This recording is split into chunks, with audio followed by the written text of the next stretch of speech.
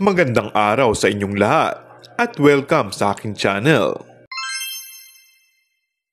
Mas maraming fans ang naniniwala na magjowa na nga sina Kim Chiu at Paolo Avellino. Dahil nga sa mga naging payag at kilos ng TVO sa actress, ay kitang-kita naman ang pagka-inlove niya sa kanyang special friend.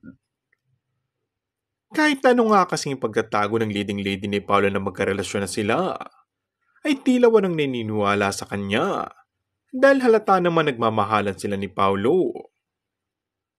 Mas lalo naman ang maraming ang nakumbinsi na matagal nang may namamagitan sa dalawang kapamilya stars na kumpirmahin ng source ang gabi-gabi ay hinahatid ng aktor ang aktres. We are very close. Very, very close. I can really say na isa siya sa mga best friends ko. Not to say na hanggang doon lang, pero maganda yung friendship namin. It's very real and genuine. Wala naman kaming project together. Inamin naman ang dalawa na we are very, very close na ngayon. Hirit pa sa kung ano man ang meron sila ni Paolo.